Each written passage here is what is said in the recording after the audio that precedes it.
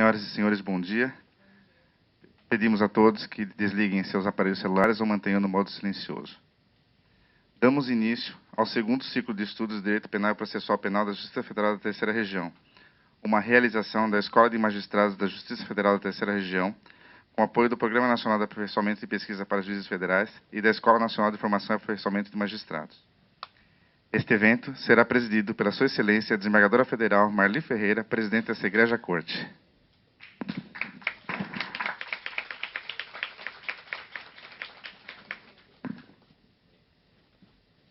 A senhora presidente convida para compor a mesa de honra o expositor desta manhã, o excelentíssimo senhor deputado federal Michel Temer, presidente da Câmara dos Deputados.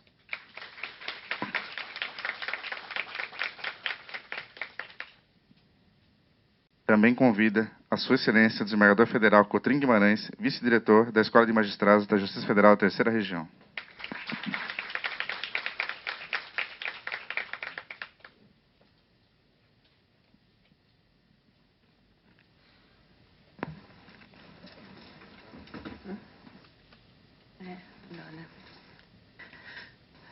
Bom dia a todos. É com muita alegria que nós recebemos aqui o nobre presidente da Câmara dos Deputados, deputado Michel Temer, professor de todos nós, para proferir essa palestra muito importante, concernente ao Pacto Republicano e sua importância ao Judiciário e à sociedade. Eu cumprimento Sua Excelência e digo que é a primeira vez que o presidente da Câmara dos Deputados nos honra com sua presença aqui no nosso tribunal, prestigiando a nossa escola. Por isso, a nossa alegria é dobrada, até mesmo porque a atividade desenvolvida por Vossa Excelência no Parlamento é de todos reconhecida como sendo uma atividade séria e que dignifica aquele Parlamento e dignifica todos os operadores do direito por ser Vossa Excelência oriundo da área jurídica. Sua Excelência permeou sua atividade social, inclusive por vários setores que tangenciam e têm uma interface importantíssima com o direito constitucional e as atividades inerentes ao Estado. Então, com muita alegria é que eu estou aqui agora cumprimentando também Sua Excelência, o desembargador Cotrim Guimarães, vice-diretor da IMAG. E passo a palavra, então, ao nosso convidado para a sua palestra. É com muito prazer que eu recebo o convite para vir aqui. Na verdade, não é para fazer uma palestra, conferência, que seria um pouco pretensioso. Seria, digamos assim, para dar, quem sabe, uma aula, se tanto. E uma aula informativa. Na verdade, o que o desembargador Cotrim me propôs foi que desse uma notícia sobre o chamado Pacto Republicano. Não é? Esta expressão republicano, né, republicana passou a ser utilizada para todos os... Embora republicana significa apenas coisa pública, né, a res é pública, nada mais do que isso, mas a ideia de república, né, passou a ser uma ideia muito de quem, digamos assim, se dedica ao desenvolvimento do país, a uma nova legislação e tudo isso. Por isso que, ao longo destes últimos anos, se estabeleceu a ideia que nós aqui que está sendo chamada de Pacto Republicano. Já houve um primeiro Pacto Republicano, eu ainda não era o presidente da Câmara, e, sequencialmente, já eu, presidente da Câmara, um segundo Pacto Republicano. Então, eu vou dizer, dar uma informação a cada um dos senhores e das senhoras a respeito do que seja este pacto, sobre dizer o que seja, qual o objetivo desse pacto republicano, dizendo desde já, e aqui vai uma, digamos, é uma sutileza jurídica, mas é uma coisa importante, porque é muitas vezes nas sutilezas do texto constitucional, do texto legal, que se encontram as soluções para os grandes problemas. E o primeiro registro que eu faço, presidente, é que este pacto republicano derivou, na verdade, de um decreto do presidente da República que institui um comitê interinstitucional de gestão do Pacto Republicano. E é curioso, ontem à noite, até quando cheguei em São Paulo, fui examinar a Constituição, ele se baseia no artigo 84, inciso 6º, a linha A, onde estão previstas as competências do presidente da República, e dentre elas, naturalmente, e competências privativas, dentre elas, naturalmente, a de dispor sobre a administração pública federal. Mas, evidentemente, quando eu li aquilo lá, eu disse interessante, dispor sobre a administração pública federal não é dispor sobre a administração dos demais poderes, é dispor sobre a administração do Poder Executivo, tendo em vista que para ressaltar a separação entre os poderes, uma das funções básicas e reveladoras da independência dos poderes é exatamente a possibilidade de cada qual cuidar da sua administração interna. Então, interessante, eu disse, se fosse só esse decreto, ele não teria validade jurídica, porque ele só pode dispor, peço licença para a repetição, sobre a administração pública do Poder Executivo. Mas interessante, buscou-se essa fórmula como um incentivo a um protocolo, agora sim, um protocolo entre os chefes do Executivo, do Legislativo e do Judiciário. E este protocolo se deu sob a forma de um documento que nós assinamos, o presidente Luiz Inácio Lula da Silva, o presidente Zé Sarney, eu próprio e o presidente Gilmar Mendes. E este pacto que foi assinado, este protocolo, na verdade, é o que dá validade a esta ação conjunta do Executivo, Legislativo e Judiciário. E aí eu registro um fato muito importante que este pacto republicano estabelece, que é uma homenagem à harmonia entre os poderes do Estado. E sobre ser uma homenagem à harmonia dos poderes do Estado, é a revelação nítida de que governo não é o poder executivo, mas o governo é a atuação conjunta do Legislativo, do Executivo e do Judiciário. Isto porque, no senso comum, no senso vulgar, a ideia de governo é a ideia de poder executivo. E é uma ideia que não é jurídica, mas é da cultura política nacional, que encontra seus fundamentos na história do Brasil. O Brasil sempre foi, desde a colônia de Portugal, sempre foi um país com uma centralização muito grande de atividades num único centro de poder. E, no geral, um centro de poder executor, que muitas e muitas vezes, sobre ser executor, é também legislador. Se nós formos lá para trás, né, verificar a história das capitanias gerais, dos governos gerais, era sempre uma ideia de centralização. E a própria república, a própria federação, ela nasceu, vou tomar licença, tomar liberdade de dizer algumas obviedades, só para encaminhar o raciocínio, ela nasceu de um ato jurídico, não foi um ato espontâneo, natural, que fez nascer uma coligação, uma aliança entre os estados, as então províncias brasileiras, que foram, a partir do decreto número 1, de 15 de novembro de 89, rotuladas como estados. Então, a nossa vocação centralizadora é muito grande, e é curioso notar que, embora as constituições todas prevejam, naturalmente, a ideia de que quem exerce o governo são 3 órgãos distintos, e nem vou me remontar a Montesquieu, não é? Para dizer que Montesquieu simplesmente examinou o panorama do Estado absolutista e verificou que o soberano exercia 3 atividades distintas. E, em nome da preservação dos direitos individuais, é que se propôs uma fórmula governativa em que as pessoas, o governo, fosse exercitado por 3 órgãos diversos, diferenciados. Né?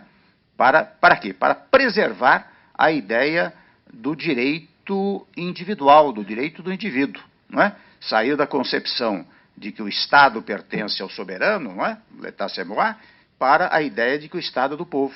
E daí a regra que é fundante de todas as constituições democráticas, que ao invés de dizer o poder emana do soberano e por ele exercido, diz o poder emana do povo, e por ele é exercido por si ou por meio de representantes. Então, por que é que eu estou dizendo isso? Porque o pacto republicano, e muitas vezes as pessoas assinam essas coisas, mas não se apercebem de que estão fazendo algo muito útil para o país, porque na medida em que nós todos aqui somos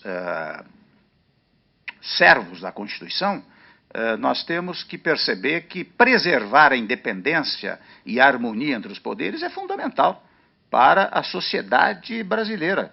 E o que mais nós encontramos nos últimos tempos, permitam-me a pregação, é uma desarmonia absoluta entre os poderes.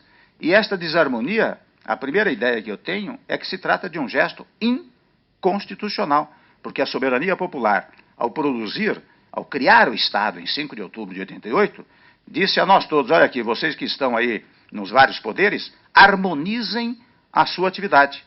E é interessante que, havendo essa desarmonia de natureza política entre os poderes, essa desarmonia acaba permeando os próprios poderes. Então nós vamos encontrar desarmonia dentro dos poderes, e dentro dos poderes em instituições dos próprios poderes. Eu ouço com muita frequência essa ideia, por exemplo, a Polícia Federal tem setores, né? Tem setor que tem uma determinada concepção ideológica, outro tem outra concepção ideológica, há divergências. Aqui em São Paulo, na segurança pública, nós, pobres cidadãos, eu fui 2 vezes secretário da Segurança Pública, e a minha tarefa lá, doutora Marli Coutrinho, era tentar harmonizar a Polícia Militar com a Polícia Civil, que chegou ao ponto de uma batalha campal aqui nas ruas de São Paulo. Né? Quer dizer, é uma desarmonia não só entre os poderes, como dentro dos poderes, porque nós vamos cada vez mais, eu vou pedir licença para essas pregações, porque nós vamos cada vez mais nos esquecendo de que nós todos devemos prestar obediência, todos, autoridades e não autoridades, né, e constituídas, nós devemos todos prestar obediência à lei, não é? À Constituição. Só existe o direito para regular as regras do jogo social. Esta é a razão para a existência do direito, por isso que o direito é imperativo, é cogente, tem que aplicar se desobedecer, ou vai para a cadeia, ou perde mandato, ou, enfim, tem as mais variadas sanções para quem quer que seja. Né? Então, eu estou enfatizando muito esse aspecto, porque este pacto republicano é uma coisa muito útil, porque ele revela, ou busca revelar, uma harmonia entre os poderes do Estado, ou seja, executivo, legislativo e judiciário se reúnem, assinam um protocolo em que dizem o que é importante para o país. Importante para o país, por exemplo, e aqui entro nos objetivos desse pacto republicano, é uma justiça mais acessível, que haja meios e modos do cidadão ter um acesso muito tranquilo ao poder judiciário e, sobre mais, que as decisões judiciais também possam ser mais ágeis. A ideia da chamada razoável duração do processo é uma ideia que está ancorada em outra ideia, a ideia de que é preciso diminuir a área de litigiosidade social, porque quando há uma demanda judicial, ou quando há muitas demandas judiciais, o que mais se verifica é uma desarmonia social, é uma área de litigiosidade social indesejada por todos aqueles que governam.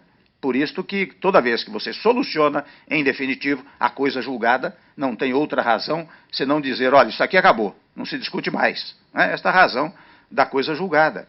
Então, o que se pretende é reduzir a área de litigiosidade social. Quando, por exemplo, a Constituição estabelece, como estabeleceu na reforma do Judiciário, a razoável duração de um processo, é para que ele não se eternize.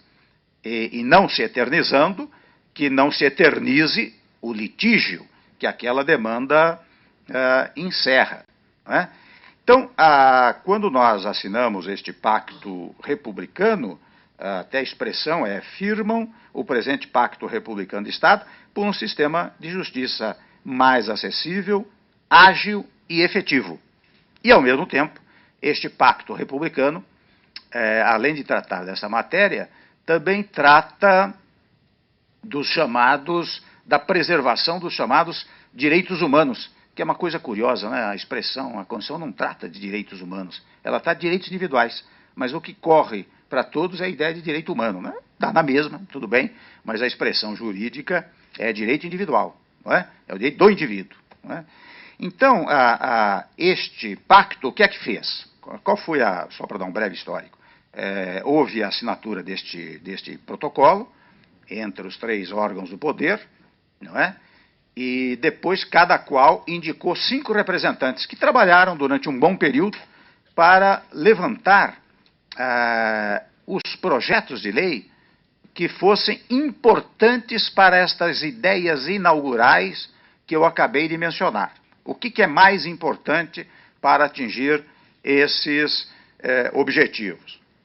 E por que se tratou também dos chamados direitos individuais, aqui rotulados de direitos humanos? Porque, pouco a pouco, nós vamos verificando uma agressão permanente. Não é o direito individual, é a ordem jurídica. Porque a nossa Constituição, notem bem, senhores e senhoras, a nossa Constituição atual, diferentemente das anteriores, ela se abre com o capítulo dos direitos individuais.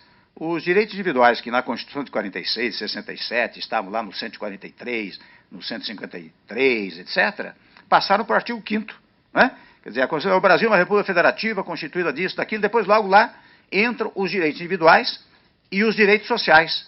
É uma revelação nítida de que o Estado não existe para si, ou para os seus dirigentes, mas o Estado existe em função dos seus indivíduos.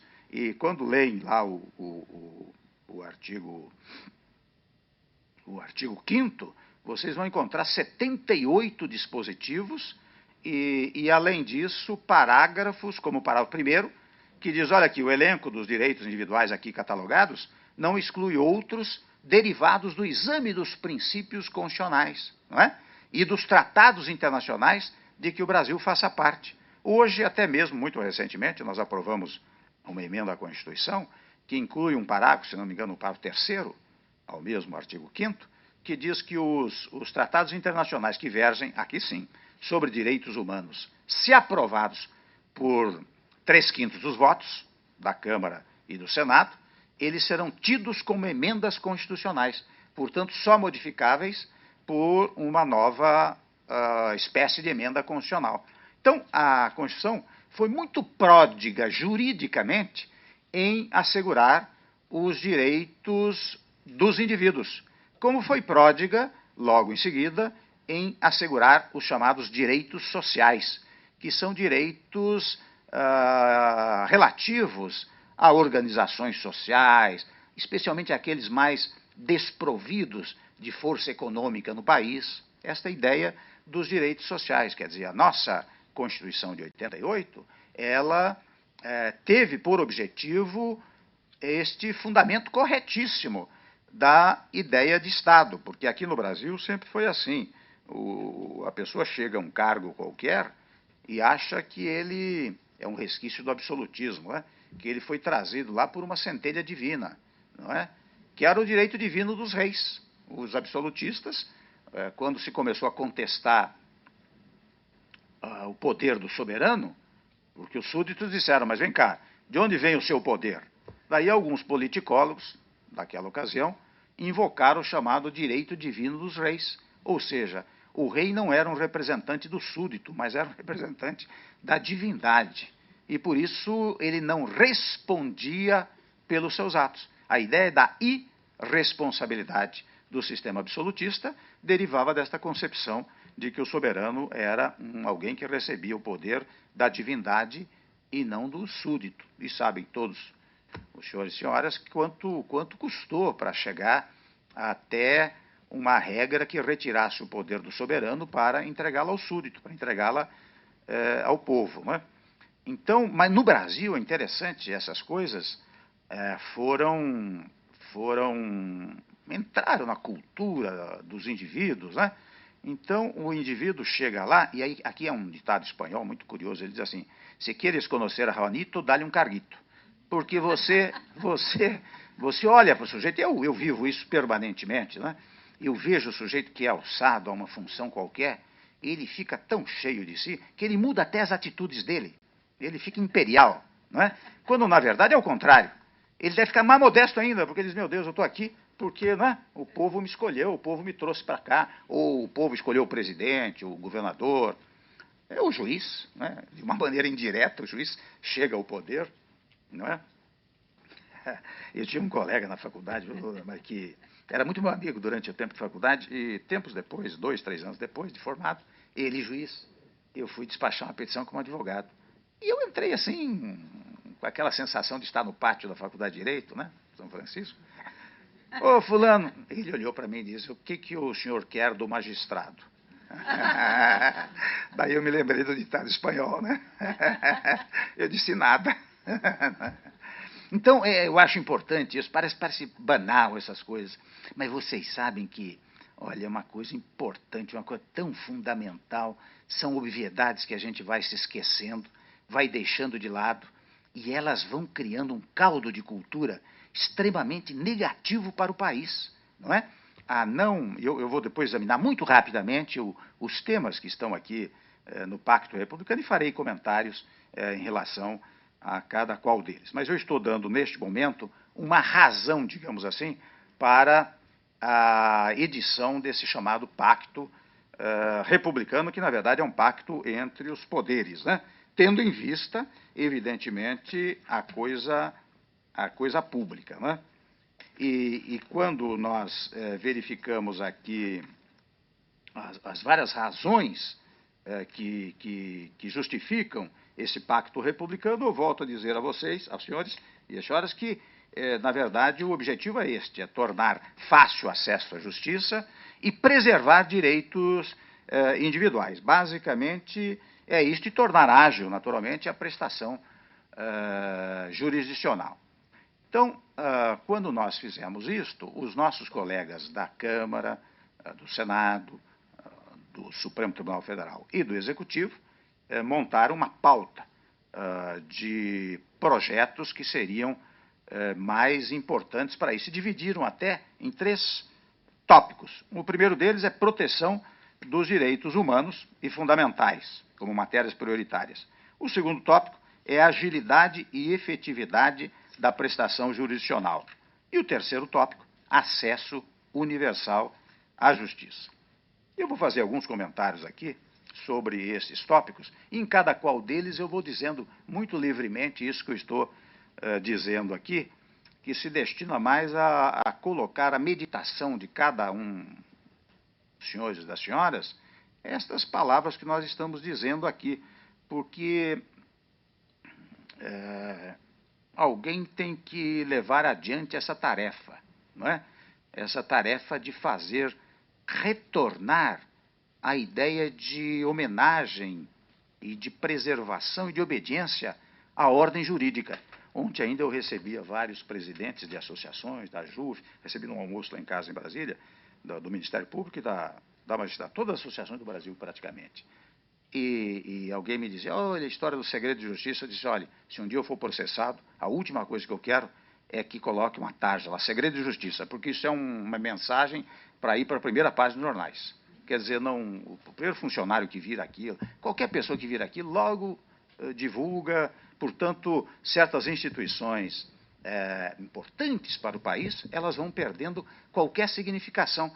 E com toda impunidade, as pessoas não se incomodam com isso, há uma cultura de litígio, a cultura de litígio no Brasil, que é muitas vezes incrementada por vários setores, né? Então, eu vou ler para os senhores aqui uma ou outra coisa, né? Por exemplo, na proteção dos direitos humanos e fundamentais. Atualização da Lei 9.296, de 96, estabelecendo novas condições para o procedimento de interceptação telefônica, informática e telemática, objetivando evitar a violação aos direitos fundamentais. Sabe por que é importante isso? Porque numa CPI, Comissão Parlamentar de Inquérito, que tratava das interceptações telefônicas, detectou-se que há no país, isto oficialmente, 427 mil interceptações telefônicas, de fora parte as que são feitas de A contra B, etc, etc, etc. Então, eu mesmo costumo dizer, o meu telefone, por exemplo, é uma rádio comunitária, porque eu tenho certeza que, não por mim, mas pelo cargo que ocupo, eu tenho certeza que muita gente, oficial ou não oficial, grampeia meu telefone, não é? O que é uma violação da intimidade extraordinária. Hoje, até, eu vou dizer uma coisa aqui, não sei se é verdadeira, quando se autoriza, muitas vezes, uma interceptação telefônica, e veja bem, o sigilo telefônico é tão importante que ele foi levado à própria estrutura do Estado. Quer dizer, quando se criou o Estado, disse, olha, intimidade é uma coisa importante, portanto, interceptação telefônica só pode ser feita por um juízo imparcial, por alguém que não é parte interessada naquela matéria. E por isso que se entrega isso ao Poder Judiciário. Então, é o juiz que autoriza ou não autoriza. Agora, o que tem acontecido, eu tenho tido muito essa notícia, é de que autoriza-se o grampeamento no meu telefone, mas quando eu falar com o desembargador Cotrim, imediatamente o desembargador Cotrim passa a ser grampeado, passa a ser escutado, ouvido. O tal do guardião é o seguinte, quando você digita o número 9, para dizer 9624, né? Quando você o 9, já aciona lá a aparelhagem, né? Então, e eu estou dizendo aqui, eu não sou contra as interceptações telefônicas, ao contrário, do instante em que elas se prestem à investigação criminal, elas têm que ser prestigiadas, mas prestigiadas com absoluto controle do Poder Judiciário, porque a visão de quem está na investigação é diferente da visão de quem está na judicialização. Quem está na judicialização tem uma imparcialidade que permite, até porque eu faço um parênteses, hoje eu vejo que mesmo no judiciário, quando começa uma disputa jurídica, num dado momento ela se agrava politicamente e daí fica uma disputa de dizer, bom, vamos ver quem vai ganhar, entendeu? Se é o juiz, o promotor, se é o réu, quem é que vai ganhar isso daí? Ganhar não no sentido jurídico, quer dizer, ganhar perante a opinião pública. Isso eu acho gravíssimo, acho uma gravidade extraordinária, porque é claro que enquanto não nos atinge, não é?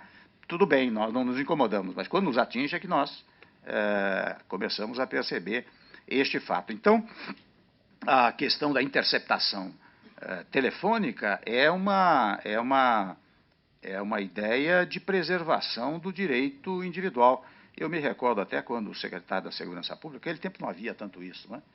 Foi em primeira vez foi em 83, 84, eu, por dever de ofício, fui obrigado a ouvir uma gravação referente a uma figura aqui de São Paulo, que até havia pedido que assim fosse. Mas eu fiquei tão constrangido de ouvir aquela gravação, porque daí é que eu verifiquei que realmente só em casos excepcionais, não é, é que se pode autorizar essa interceptação, não é? Eu falo isso aqui, viu? Porque aqui eu sei que eu estou com um público qualificado. Se eu disser isso num palanque, está protegendo o bandido, etc., essa ideia mais normal, né? Então eu digo aqui num público de juristas, de advogados, né? De gente ligada à área jurídica. Então, por exemplo, fazer isto é uma coisa muito importante, né?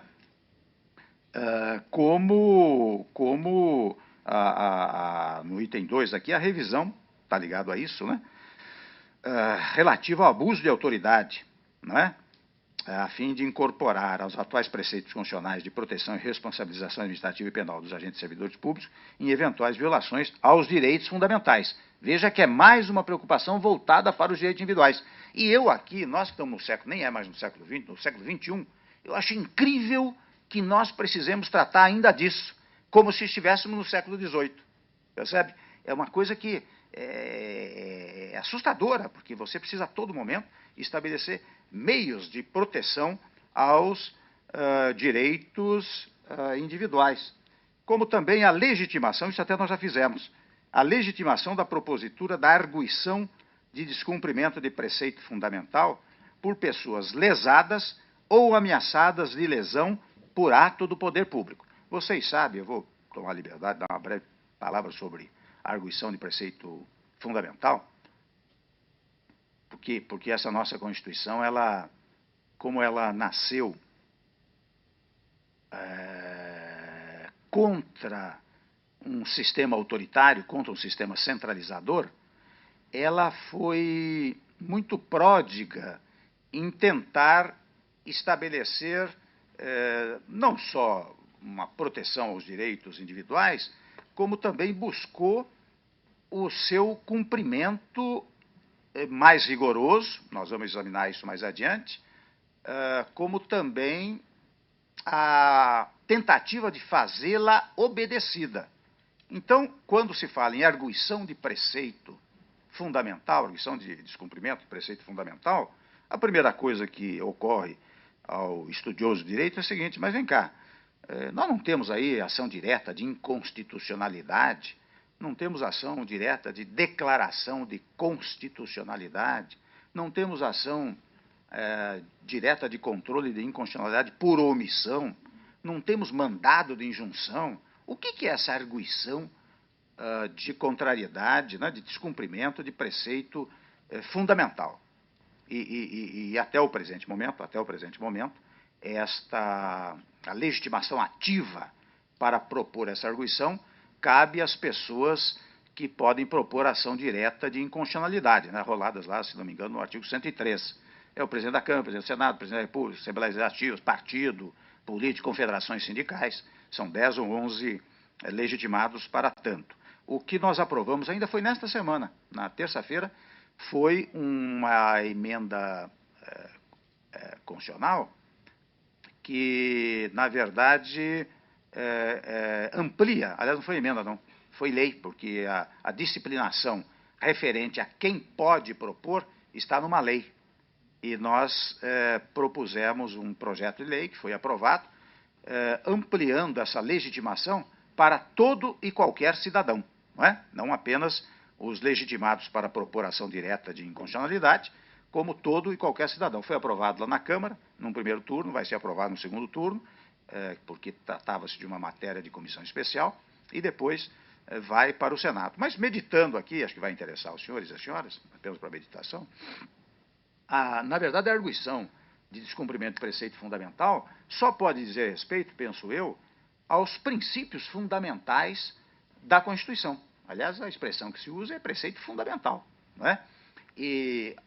Ou seja, aos próprios fundamentos da Constituição Federal. O que é princípio? Eu, quando estava na faculdade, como tinha alguns professores que eram muito vinculados à área do direito natural, não é? Então, princípio é aquilo que decorre da natureza das coisas, etc. Eu, ao longo do tempo, fui estudando essa matéria e, para mim, princípio é aquela regra que, estando na Constituição, ela, embora constando dela, ela ocupa um patamar superior às demais normas constitucionais. Porque a Constituição, sabemos todos, é uma pauta de valores menores ou de valores maiores. Por que é que eu digo isso? Que quando os senhores vão ao artigo 60, parágrafo 4º, vão verificar as chamadas cláusulas imodificáveis, rotuladas como cláusulas pétreas.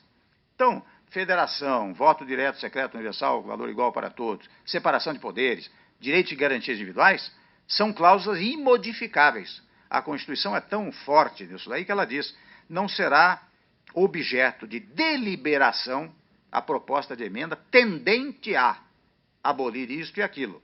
Não é que você possa discutir, você não pode, em tese, nem discutir. Você não pode deliberar sobre essa matéria que tenda a alterar essas matérias. Porque, portanto, estes são os suportes da Constituição Federal. São as linhas mestras, são as vigas fundamentais da Constituição Federal. Estes temas e toda a derivação dessa temática, não é? Estes são preceitos fundamentais. Então, quando você, muitas vezes, não quer buscar uma ação direta de declaração de inconstitucionalidade, ou não quer declarar ou buscar a declaração de uma omissão, você diz: olha, tal ato agrediu um preceito fundamental do texto constitucional. Compreendido o preceito fundamental nesta ideia, muito rápida, depois os senhores podem desenvolver essa matéria, né? Este conceito que eu estou dando. Senão, qualquer violação ao direito, por exemplo, ao salário paternidade, vai gerar uma arguição de descumprimento de preceito fundamental. E isso está ancorado também na ideia que hoje permeia toda a Constituição, que é a ideia de restrição à capacidade recursal. Vocês percebam que no caso do recurso extraordinário, além de você propor o recurso extraordinário, que é uma ofensa, demonstração de uma ofensa, por exemplo, à Constituição, você precisa demonstrar que aquilo tem uma chamada repercussão geral. Aquela matéria vai repercutir na generalidade do país. E se não houver isso, não será admitido o recurso extraordinário. Então, hoje, a Constituição toda, ela, até eu diria que ela já prevê essa hipótese de redução da capacidade recursal para tornar mais ágeis as decisões judiciais. Então, volto a dizer, a legitimação da propositura dessa arguição de descumprimento de preceito fundamental, muito possivelmente, daqui a um mês e pouco, seja estendida a todos os cidadãos. E seja estendida com este critério que eu estou mostrando. Não basta dizer que houve agressão a uma regra constitucional. É preciso dizer que houve agressão, quando a pessoa foi lesada, a agressão a um preceito que é o fundamento da própria Constituição Federal. Por exemplo, um outro tópico que nós já estamos tomando conta é a sistematização da legislação processual penal, conferindo-se especial atenção à investigação criminal, recursos, prisão processual, fiança, liberdade provisória e demais medidas cautelares. Aqui não se trata de projeto de lei, trata-se de sistematização. É uma coisa que foi criada na minha primeira gestão como presidente da Câmara e está trabalhando, e agora mais intensamente, que é uma consolidação da legislação. Então, você pega, por exemplo, o meio ambiente, já está pronto um projeto de consolidação das regras referentes ao meio ambiente. Das regras trabalhistas, já está pronto um projeto de consolidação das regras trabalhistas, porque nós temos, muitas vezes, um código ambiental, mas temos inúmeras leis esparsas, né? Isso dificulta a ação da magistratura, do advogado, e cria um fato negativo para a sociedade. O ideal dos ideais é que a cada qual dos temas jurídicos você tivesse um código único, ou seja, uma consolidação, ou seja, uma sistematização. E em matéria processual penal, nós já estamos trabalhando intensamente para sistematizá-las, né? E creio que logo virá à luz essa sistematização, que é fruto de uma comissão que nós criamos lá na Câmara dos Deputados. Outro tópico é a revisão da Lei de Execução Penal, no sentido de aperfeiçoar o sistema carcerário, garantindo tanto a função ressocializante da pena, quanto a segurança pública. Aqui é uma coisa incrível, os senhores conhecem tanto ou mais do que eu. A pena no Brasil não ressocializa ninguém, ao contrário, ela joga o sujeito para a criminalidade. Quem visita prisões públicas, né? No meu tempo, até os distritos policiais, as cadeias dos distritos policiais, guardavam presos. Então, dizer o óbvio, né? Em celas que cabiam 8 presos, tinha 40. O sujeito não podia nem dormir, tinha que revezar, ficar em pé para dormir, não vai ressocializar ninguém. E é interessante, aí vem a pergunta, e a Constituição admite essa fórmula? Não. Vocês sabem que tem um preceito, eu trabalhei muito na Constituinte, por um preceito dos direitos e garantias individuais, dizendo que o condenado cumprirá a pena em estabelecimentos determinados, de acordo, primeiro, com a natureza do delito, segundo, naturalmente, sexo, e terceiro, de acordo com a idade, né? Nunca se aplicou isso. Nunca se aplicou essa história de... Porque você coloca sei lá, quem foi detido por não fazer o depósito da pensão alimentícia, nem sei se há isso ainda, prisão civil, né? Com um criminoso, um estuprador, um traficante, é claro que a tendência é ele ele se ressocializa para o crime e não para a sociedade. Essa é a grande realidade. E o que está havendo? Um ato inconstitucional. Vejam que coisa curiosa, né? Se nós obedecêssemos rigorosamente o texto constitucional, nós não estamos tratando aqui de interceptação telefônica, de abuso de autoridade, de de questão dos presos, para ressocializá-los, porque há uma concepção no Brasil de que a Constituição não é uma lei. Só porque tem o nome de Constituição, e vocês sabem que só tem o nome de Constituição porque ela constitui o Estado. Portanto, como é uma lei que visa a constituir o Estado, deu-se-lhe o nome de Constituição. Mas é uma lei. Né? Até os compêndios de direito constitucional costumam dar como sinônimo lei magna, lei maior. Né? Ela é uma lei maior, ela é a lei primeira, ela é a lei fundamental. Né? E chama-se Constituição porque constitui um determinado organismo que se convencionou denominar Estado. Então, eu estou mostrando isso para mostrar, interessante, como se nós cumpríssemos a Constituição, né? E mais adiante eu vou mostrar um pouco mais agudamente este tema. Né?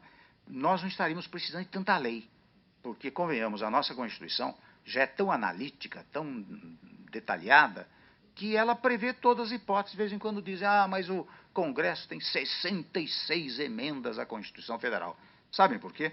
Porque como a Constituição não é principiológica, ela é analítica, toda vez que você quer modificar uma coisa qualquer, você tem que propor uma emenda à Constituição. Ou seja, a Constituição, embora socialmente muito útil, embora nascida de uma tentativa de contraditar o sistema autoritário, ela reduziu muito a margem discricionária do poder legislativo e, de igual maneira, do poder judiciário. Né?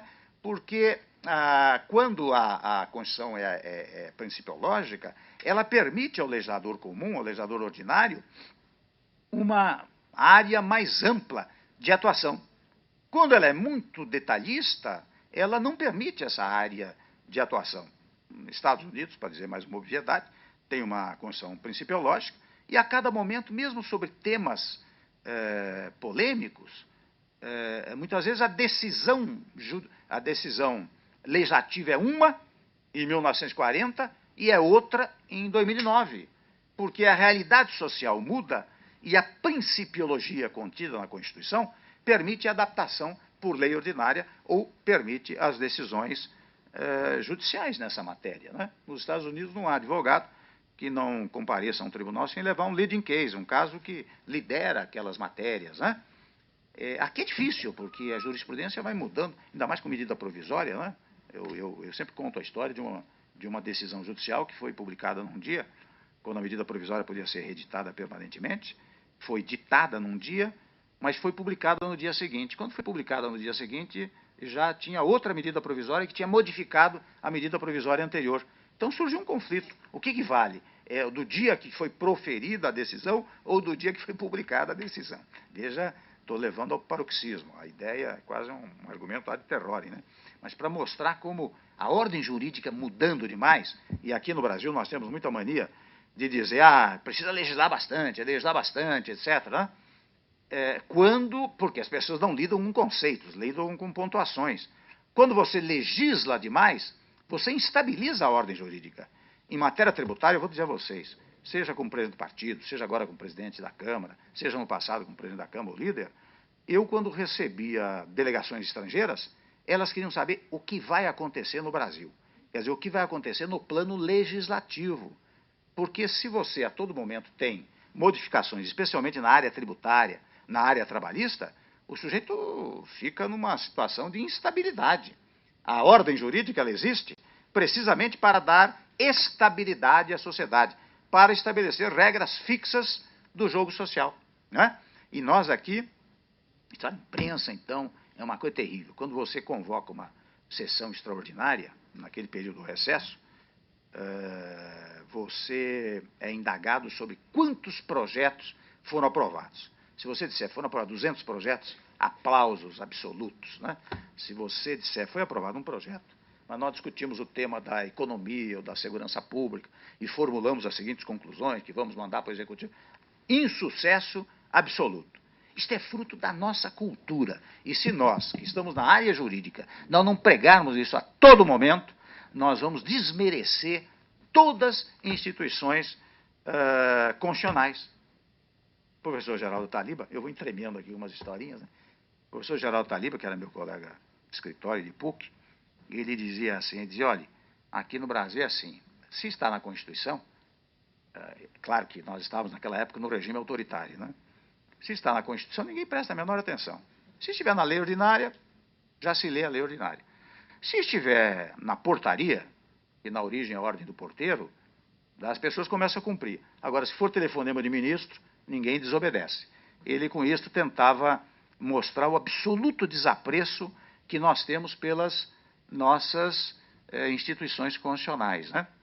E por isso que a todo momento nós precisamos fazer pactos e mais pactos republicanos, né? Bom, então essa história do sistema carcerário, veja bem, só para concluir, essa história do sistema carcerário, o que precisa eu tenho dito isso ao governo, lamentavelmente, é construir penitenciárias, não é? Um dos sucessos do governo Bill Clinton nos Estados Unidos foi que ele entregava uma penitenciária federal a cada 40 dias do seu governo.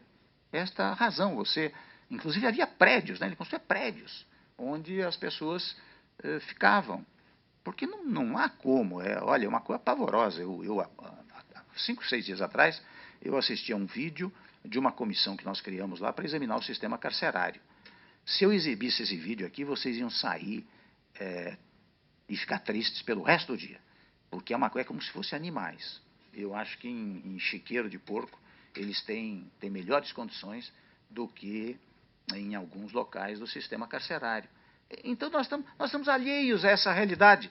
Estamos alheios à realidade não no plano jurídico, porque no plano jurídico eu acabei de dizer, a Constituição diz, olha aqui, tem que cumprir de acordo com a natureza do delito, da idade, etc, etc, etc. É no plano fático que nós estamos em desacordo, não é? E isto que nós temos que pregar a todo momento, né? Bom, outro tema aqui também, no capítulo dos direitos humanos, né? A disciplina do uso de algemas, de forma a entender, isso até o Supremo Tribunal Federal já acabou decidindo uma matéria dessa natureza, né? Porque não que não se deva usar algema. Eu vi lá nos Estados Unidos, lá o sujeito muitas vezes resistiu à algema dele, né? O problema é que se usa algema, não é para o algemado, é para o grande público. Porque quando se põe algema, já está lá a televisão filmando o sujeito algemado, não é? E interessante que não se preocupa, não há essa preocupação quando se trata de um pobre, né? Um sujeito desprovido de recursos. Daí, tanto faz se põe algema, não põe algema, e a imprensa não quer saber se algemou ou não algemou. Ela quer saber se algemou o fulano, o beltrano, não é? Então, nada contra o uso de algemas. Acho que até é fundamental. Muitas vezes não há como deixar de fazê-lo, né? E, como se diz muitas vezes, até para proteger o próprio indivíduo. O que não se pode como diz o ministro Gilmar Mendes, espetacularizar, né? Isto é que é ruim para as instituições jurídicas. Satisfaz muitas vezes a sanha daqueles que acham que, não é, vamos condenar todo mundo, etc, etc. Né?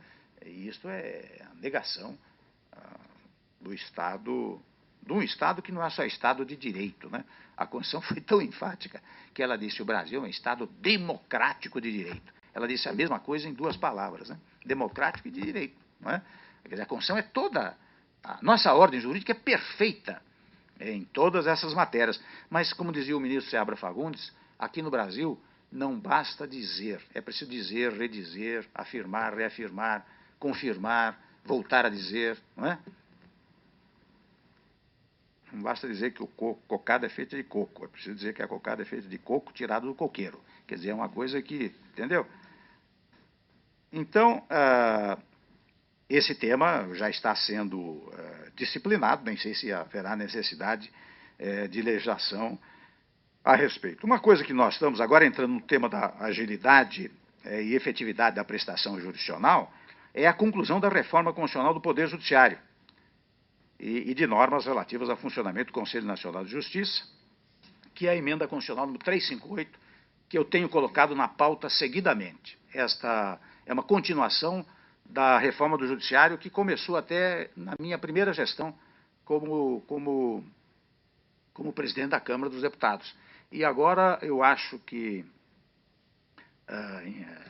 votando essa emenda constitucional 358, nós, pelo menos neste momento, encerraremos o tópico da reforma do Poder Judiciário, como também o aprimoramento normativo para a efetividade do pagamento de precatórios pela União, Estados, Distrito Federal e municípios. Vocês sabem que a Constituição determina o pagamento, né? Tem precatório, tem ordem cronológica, etc., tem preferência para os créditos alimentares, mas isso não se cumpre.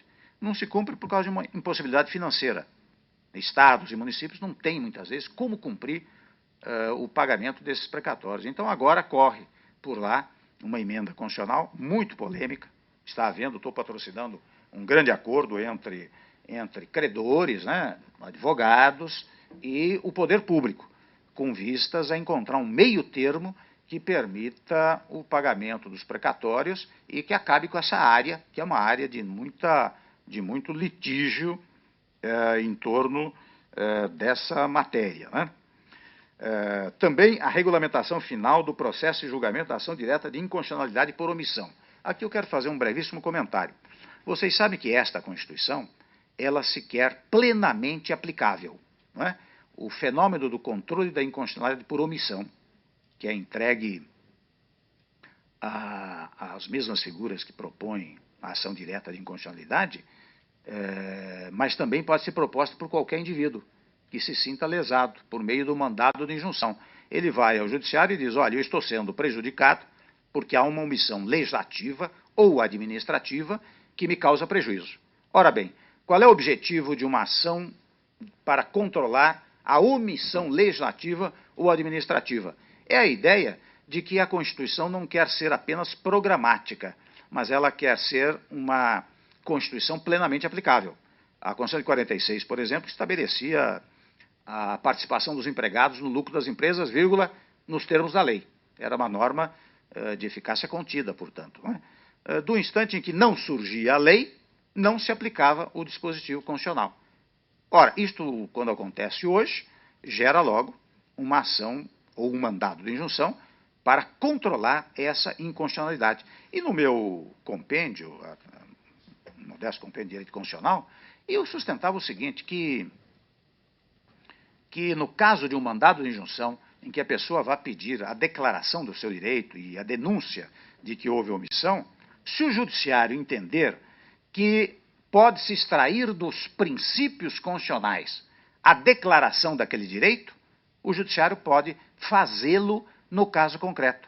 Porque nos primeiros momentos, o judiciário supremo especialmente dizia: não posso invadir a área do Poder Legislativo. E vocês sabem que a todo momento tem essa disputa, né? Bom, o Judiciário está legislando no lugar do Legislativo. Eu, assim que assumi, eu disse absolutamente: o que o Judiciário faz é verificar quais são os princípios constitucionais e, se os princípios constitucionais autorizarem uma determinada decisão, ele decide, até que haja uma regulamentação do texto constitucional. Daí ele passará, quem sabe, a decidir de outra maneira. Porque esta dicção, né, de que o Supremo faz às vezes o Legislativo, cria uma desarmonia dos poderes. Não é útil para o concerto dos poderes do Estado. Então, no caso do mandado de injunção, eu creio que quando haja uma omissão legislativa ou administrativa, se do texto constitucional você pode extrair a capacidade, a possibilidade de declarar o direito, o Supremo poderia fazê-lo. E isso tem acontecido de uns 4, 5 anos para cá, não é isso? O Supremo tem declarado muitas vezes o direito, embora postulado por uma medida de inconstitucionalidade por omissão, especialmente no caso do mandado de injunção, que são casos individualizados, casos concretos. E com isto, o que se revela é mais uma norma constitucional que estabelece o desejo, mais do que o desejo, a determinação de que todas as normas constitucionais sejam plenamente aplicáveis. E a propósito disso, muito recentemente, logo que eu assumi agora, eu criei uma comissão especial, integrada até por ex-desembargadores e pessoas ligadas à área jurídica, para regulamentar todo o texto constitucional. Porque o texto constitucional é pleno de dispositivos que dizem na forma da lei, conforme dispuser a lei, de acordo com o que disser a lei. E muitas vezes não vem essa regulamentação, e isto causa prejuízos sociais, né? Então, esta comissão de regulamentação do texto constitucional está levantando todos os projetos de lei lá existentes, regulamentadores do texto constitucional, primeiro ponto. Segundo ponto, está verificando quais as leis anteriores que foram recepcionadas pelo texto constitucional. Porque se recepcionadas foram, esta matéria já está disciplinada. Artigo tal, já tem uma lei anterior que trata dessa matéria na forma da lei, portanto, basta declarar que ela está já regulamentada em face da recepção da legislação anterior. Eu espero que, ao final da minha gestão, nós tenhamos regulamentado a maior parte do texto constitucional. De outro lado, assim, tem um tema aqui, curioso, normatização da convocação de juízes para instruções de ações penais originárias nos tribunais superiores. Vocês sabem que isso daqui envolve o chamado foro privilegiado. Há figuras no nosso país, autoridades, que têm foro privilegiado. Deputado, senador, presidente, tem que ser julgado pelo Supremo Tribunal Federal. E daí surge, naturalmente, o problema de saber quem é que faz a instrução, porque é complicado para o ministro instruir, muitas vezes, ouvir testemunhas, receber documentos, etc. Há uma ideia muito grande de formar um corpo de juízes nos órgãos superiores, incumbidos de julgamento de pessoas ligadas à área política ou à área pública, né, para que façam essa instrução. E este é um tema do foro privilegiado que está sempre na pauta, né? Vocês sabem que, durante muito tempo, se pretendeu acabar com o foro privilegiado. Há uma pregação muito grande para acabar com o foro privilegiado. E há emendas constitucionais nesse sentido lá na Câmara dos Deputados. Eu até pretendia levar adiante, colocar em votação, porque quando fiz a minha campanha para a presidência da Câmara, eu disse, olha, não vou evitar nenhum tema polêmico. O que mais o Legislativo precisa é decidir. Decide a favor, decide contra. Não é? Esta é uma maneira do Legislativo se apresentar à sociedade brasileira. Mas interessante, quando fui levar agora esse tópico do foro privilegiado, a ideia que surgiu, como há alguns que estão sendo julgados pelo Supremo Tribunal Federal, a ideia, não, mas se votar agora, acabar com o foro privilegiado, é porque vai retirar lá do Supremo para levar para o juiz singular, para o juiz comum. Não é? Então, estamos enfrentando essa espécie de dificuldade. Qual é a fórmula intermediária? A fórmula intermediária é formar um corpo de juízes lá no Tribunal Superior, no Supremo, no STJ, que faça essa instrução processual.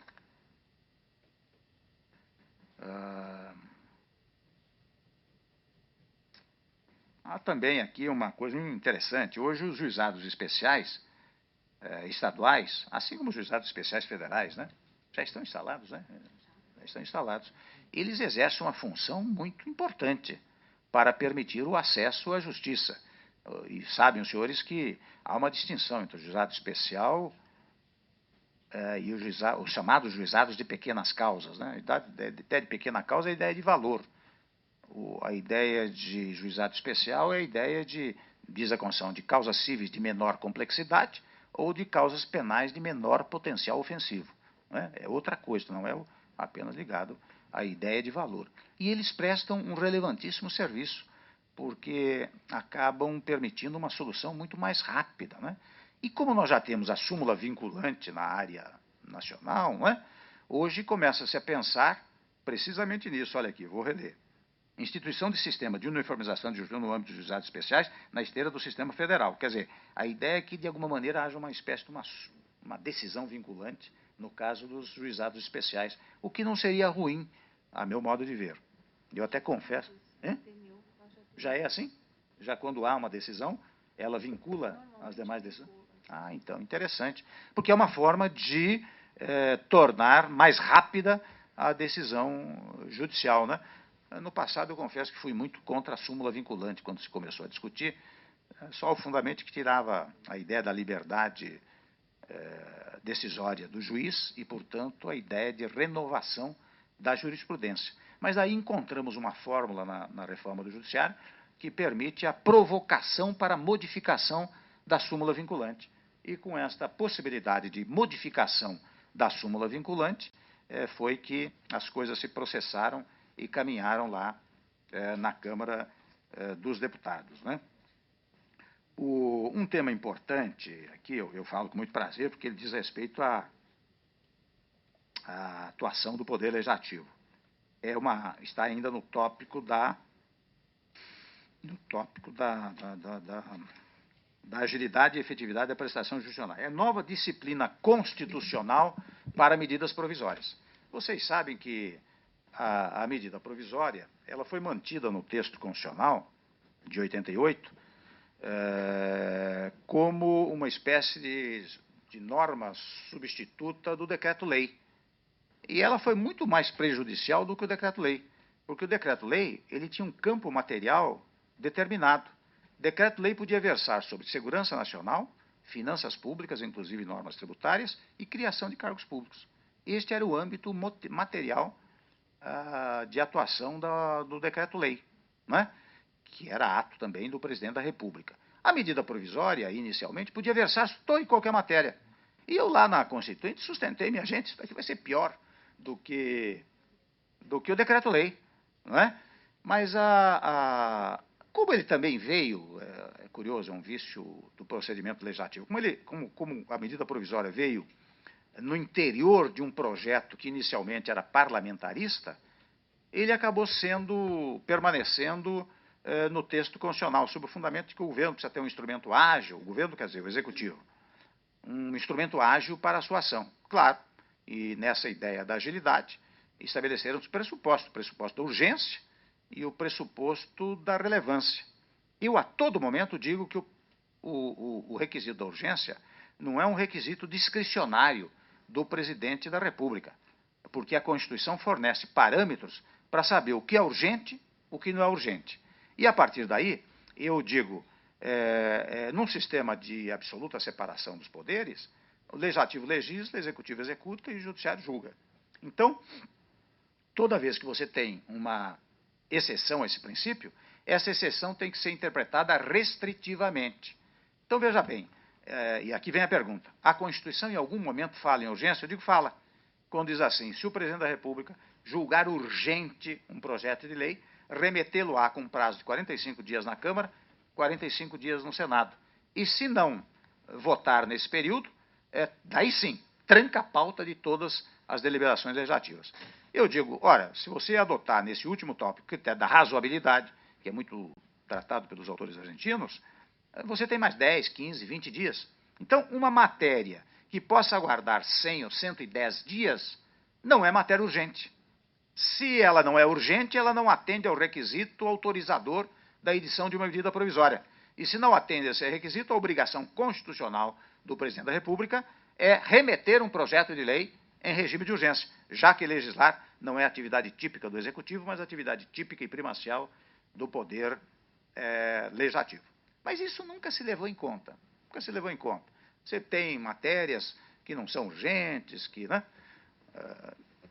Convenhamos, todos os poderes foram muito condescendentes em relação a isso, a partir do próprio Legislativo. Quando eu assumi agora, eu até comuniquei um dia ao presidente Lula, ele disse, olha, presidente, eu não vou governar com medida provisória, porque fui a ele e disse, olha, eu estava no segundo, terceiro dia da minha gestão. Quando eu fiz o cálculo, doutor Mari, do trancamento da pauta, no caso das medidas provisórias, eu vi que eu só iria conseguir editar uma lei, aprovar uma lei, no dia 10 de julho, e eu estava no mês de março, porque as medidas provisórias iam sequencialmente trancando a pauta e você não teria condições de legislar. Isso é desmoralizador para o Legislativo. Eu disse, presidente, estou comunicando ao senhor que eu vou tratar de uma fórmula, ou seja, eu vou fazer um progresso buscando um retrocesso.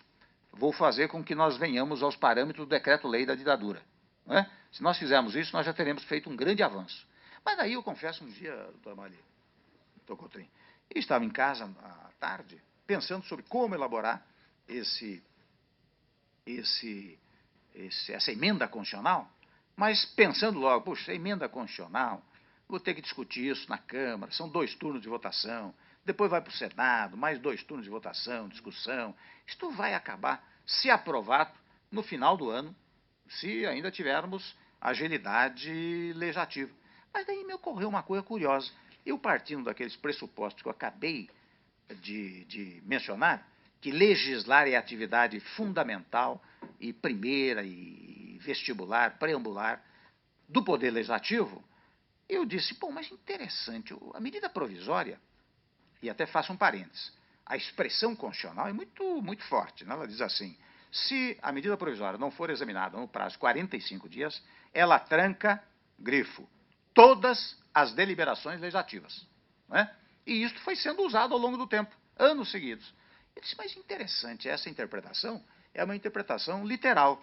E a interpretação literal, sabemos todos, é a mais pedestre das interpretações. A interpretação mais prestante é a interpretação do sistema. Até o encanador, se vai à sua casa e vê um vazamento, ele precisa conhecer o sistema hidráulico, porque às vezes o vazamento não é lá, o vazamento decorre de outro ponto, conhecendo o sistema hidráulico, ele chega ao vazamento. Então eu disse, interessante, medida provisória pode modificar o texto constitucional? Pode fazer, às vezes, de emenda constitucional? Não pode. Medida provisória pode versar sobre matéria de lei complementar? Eu digo, não pode, está proibido expressamente até no texto. Medida provisória pode versar matéria que é típica da Câmara dos Deputados, do Senado, do Congresso Nacional, que são veiculadas por decreto legislativo e resolução? Não pode. Medida provisória pode versar sobre nacionalidade, cidadania, direitos políticos, direito eleitoral, organização do Judiciário, organização do Ministério Público? Não pode. Está expressamente proibida a edição de medida provisória sobre essas matérias. Então, digo eu, se ela tranca a pauta, ela só pode trancar a pauta das matérias sobre as quais ela pode versar. Fora daí, ela não pode trancar a pauta, porque isto é a desvalorização da ideia da separação entre os poderes. E até sobre o foco político, eu digo, nós fizemos uma nova constituinte, uma nova Constituição, para nos opormos a um sistema em que havia nítida prevalência do Poder Executivo. Por isso que nós fizemos a Constituinte, para democratizar o exercício do poder. E seria a negação da democratização do exercício do poder se nós tolerássemos a interpretação segundo a qual o Executivo no Brasil é tão forte que basta ele editar uma medida provisória que ele paralisa imediatamente a atividade do Poder Legislativo. O que dá ensejo também ao Judiciário, diante da inércia do Legislativo provocada pela medida provisória, e começar a decidir, né? Invadindo, legislar. No fundo, trazendo os princípios constitucionais para decidir. Então, eu disse, eu vou levar essa decisão. Não disse para ninguém. Isso foi num domingo. Cheguei lá na terça-feira, logo na abertura da sessão, disse, olha, eu quero dar aos colegas uma interpretação constitucional que vai nos permitir legislar. E disse mais ou menos isso, um pouco mais amplamente, isso que eu acabei de dizer. E as pessoas se surpreenderam. É interessante que tanto a oposição quanto o governo se surpreenderam com essa decisão. A oposição porque usava a chamada obstrução como obstrução política e não como obstrução legislativa. Quer dizer, a ideia, a oposição, eu estou dizendo isso porque disse isso no plenário, a oposição ia para a tribuna e dizia assim, nós não podemos legislar porque só se edita medida provisória, etc, etc, etc. Aquilo era um discurso. O Executivo, porque disse, o Temer vai querer impedir ou liquidar com as medidas provisórias. Então, eu tive embaraços com os dois lados, mas a oposição, muito rapidamente, impetrou um mandato de segurança contra a minha decisão e pediu liminar. Mas o ministro Celso de Mello, num despacho negando a liminar, e foi um despacho de 15 páginas, um despacho maravilhoso, dizendo que aquilo era a forma do Legislativo legislar, que até que, enfim, apareceu uma fórmula para o Legislativo exercitar suas tarefas, e deu fundamentos doutrinários muito sólidos para essa, praticamente decidiu o mérito nessa liminar. Né? Então, a partir daí, nós começamos a legislar acentuadamente. Para vocês terem ideia, no mês de abril, nós aprovamos 2 projetos, numa janelinha que houve lá entre uma medida provisória e outra. No mês de maio e de junho, nós aprovamos 93 projetos de emenda constitucional, leis complementares, leis ordinárias, não alcançadas pelas medidas provisórias, porque eu faço o seguinte, eu convoco a sessão, tem medida provisória trancando a pauta. Eu digo, muito bem, tem acordo aí, vamos votar essa medida? Não vamos, não tem como votar, mas está encerrada a sessão ordinária, convoco extraordinária com a seguinte pauta. Esta mesmo da arguição de descumprimento do preceito fundamental foi votado na terça-feira, nós temos uma medida provisória, a 460, trancando a pauta, mas logo em seguida eu encerrei a sessão ordinária, convoquei extraordinária e votamos essa matéria. E temos votado coisas lá, aqui vai uma pequena propaganda do Legislativo, coisas da maior significação, da maior importância. Coisas que, na verdade, muitas vezes não interessa, né, divulgar demais. Nós gostamos muito da fofoca, né, do mal-estar. Então, e eu me recordo uma vez, viu, doutor Mali, que eu era constituinte, e ainda bastante ingênuo politicamente, né, e eu fui fazer um discurso contra a medida provisória, no texto constitucional, no texto do projeto. E preparei um discurso, né, porque eu trabalhava na direito constitucional, ganhei lá um grande expediente, que era meia hora, 35 minutos, fiz um discurso, mas uma coisa doutrinária, perfeita. Esse meu da manhã eu vou ganhar a primeira página. Né? Mas no mesmo dia, eu tive azar de uma deputada do Ceará, que usava umas tranças, fazer a seguinte declaração: eu corto minhas tranças se for aprovado o projeto tal, a medida, qualquer coisa tal, não dizia respeito a mim. No dia seguinte, qual foi a manchete dos jornais? E o meu discurso, uma notinha lá na 8ª página, eu fiquei tão decepcionado com aquilo. Mas é fruto da nossa cultura, uma cultura que nós precisamos modificar. Né? Então, bom, só para dar uma palavrinha final sobre, agora o tópico, acesso universal à justiça. Tem 2 temas aqui que me chamam a atenção. Um primeiro, o fortalecimento da Defensoria Pública. Vocês têm visto aí que o ministro Gilmar tem percorrido o sistema penitenciário dos vários países e encontrou uma coisa fantástica. Ele conta publicamente, me contou, que há, não sei, 4.000 presos, já cumpriram a pena e continuam nas prisões, porque não tem defesa. E há uma obrigação constitucional determinando que aqueles carentes, né, devem ter assistência jurídica patrocinada pelo Estado. O Estado tem o dever de patrocinar. E isso se faz hoje por meio das defensorias públicas. Então, eu tenho defendido muito lá a tese de ampliação das defensorias públicas para cumprir essa tarefa, que é uma tarefa social importante. Não tem cabimento, o sujeito cumpriu a pena, está 1 ano, 2 anos, 3 anos lá, ainda lá dentro da prisão, porque não teve assistência judiciária. Né? E, finalmente, uma palavra que interessa, penso eu, a toda a magistratura e, naturalmente, aos servidores, hoje se fala muito no restabelecimento das férias coletivas para os tribunais, ao invés de férias individuais, etc., de férias coletivas, que é útil para os advogados, é útil para a magistratura, claro que haverá plantão sempre, né? Mas seria útil para os servidores, seria útil para a justiça, para o judiciário, e seria útil para os advogados. Ainda ontem, nesse almoço lá em casa, nós tratamos muito disso. Né? Eu já havia tratado com os advogados também, que estão também concordes, né, com essa tese do estabelecimento de férias coletivas. Enfim, meus senhores e minhas senhoras, viram que não foi uma aula, foi um relato do que está acontecendo em torno do Pacto Republicano. Eu aproveitei, por meio desse relato, de tentar estabelecer alguns preceitos de natureza jurídica e outros de natureza política, porque de vez em quando, né, se costuma muito confundir a ciência jurídica com a ciência política.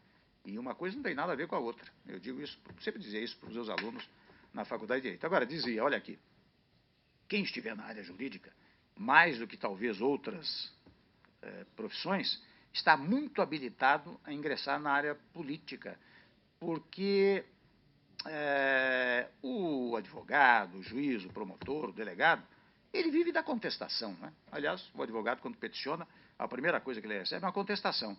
O juiz, quando dá a sua sentença, vem lá um data vênia do advogado e está tudo errado. É uma contestação à sentença. A gente só lê contra razões. Então, pois então, só contra razões.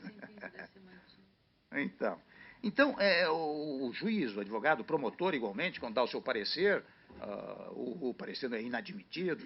Quer dizer, nós, da área jurídica, vivemos da contestação, pois contestação é o fundamento da democracia. Quem não consegue receber contestações, contrariedade, controvérsia, não pode conviver com a advocacia. Né? Por isso que muitas vezes, eu fazia aqui uma consideração jurídica amalgamada com uma consideração política, mas eu devo dizer que são coisas extremamente diferentes. Né? Quem está na área jurídica tem que cingir-se à interpretação do sistema normativo. Espero ter dado algumas ideias que sejam úteis para os senhores.